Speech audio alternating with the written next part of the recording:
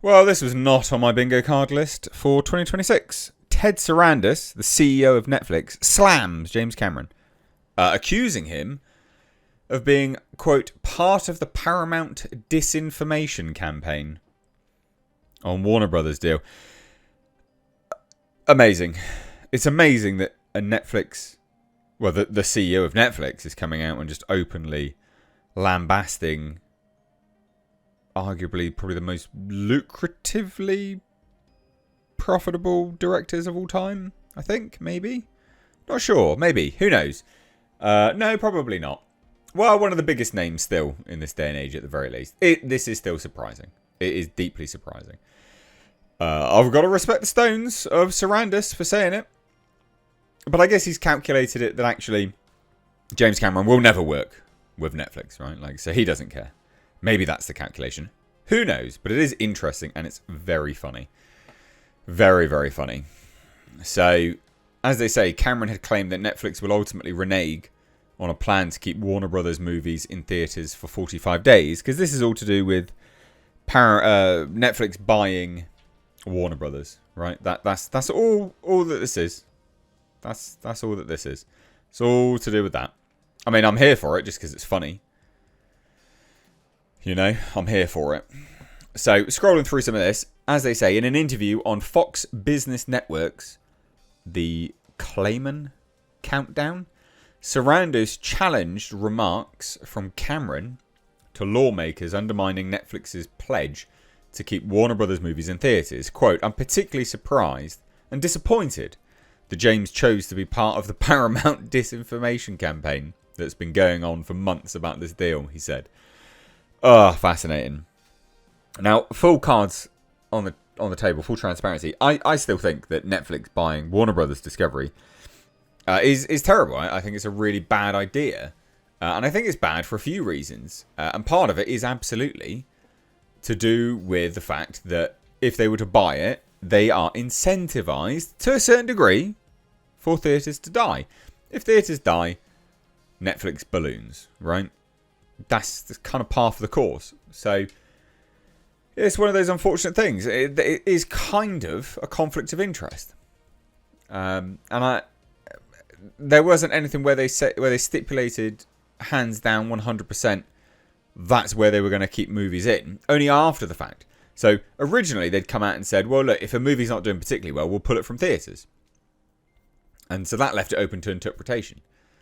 And then they'd since come out and said, no, you know, we'll keep it in for 45 days. But they should have just said that from the off. Not that people believe them, of course.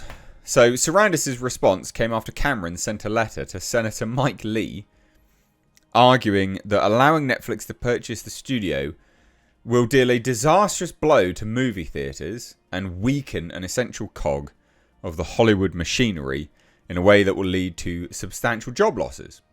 So the director claimed that Sarandos plans to pursue a 17-day theatrical window, despite the Netflix executive saying he will keep Warner Brothers movies in theatres for 45 days.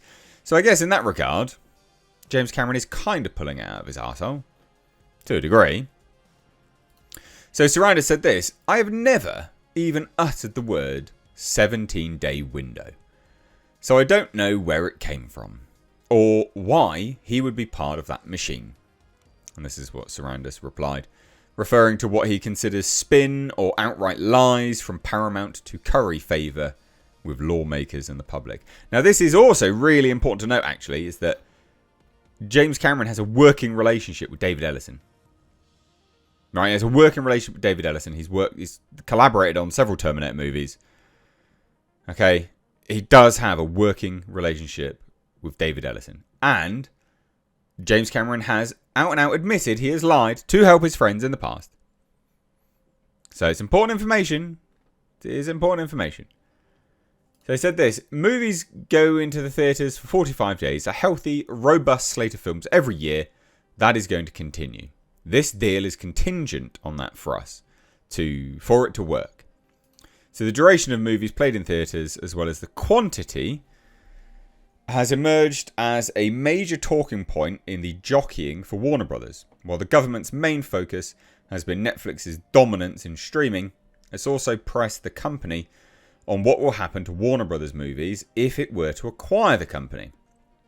If theatres see less business, the entire industry will suffer, Cameron wrote in the letter. So going on the offensive, Sarandos stressed Paramount targeting of up to $6 billion in cost savings. He said that figure will balloon to $16 billion in very short order, which will lead to job cuts and the company potentially making fewer movies. Which is the thing Paramount said. They said that they were absolutely committed to making just an insane amount of movies, basically, per year, which didn't really seem likely anyway. And I'm not sure whether I agree that that's the right course of action anyway. So a major talking point for Netflix has been its investment in the entertainment industry, including $20 billion in production spending in 2026, most of which will be spent in America. On this, Sarandos stressed Netflix is moving 7 productions that were planned to shoot overseas to New Jersey. They were probably planning to shoot in the UK, I would imagine. I don't know that for a fact, but I would imagine. They tend to film quite a lot of stuff. So, you know, but then moving it from the UK to New Jersey, it was good for Americans, obviously. And as they say, where the money will trickle across the hospitality, transportation, and food industries, among others, Netflix currently has 11 films filming in the state. We put together a production incentive in the state of New Jersey that competes with every other country in the world. That will strengthen the American economy. On Friday, Sarandos sent a letter to Lee responding to Cameron's earlier correspondence. He wrote that the director knowingly misrepresents our position and commitment to the theatrical release of Warner Brothers films. He's literally calling him a liar. He's just like, yeah, James Cameron's a liar.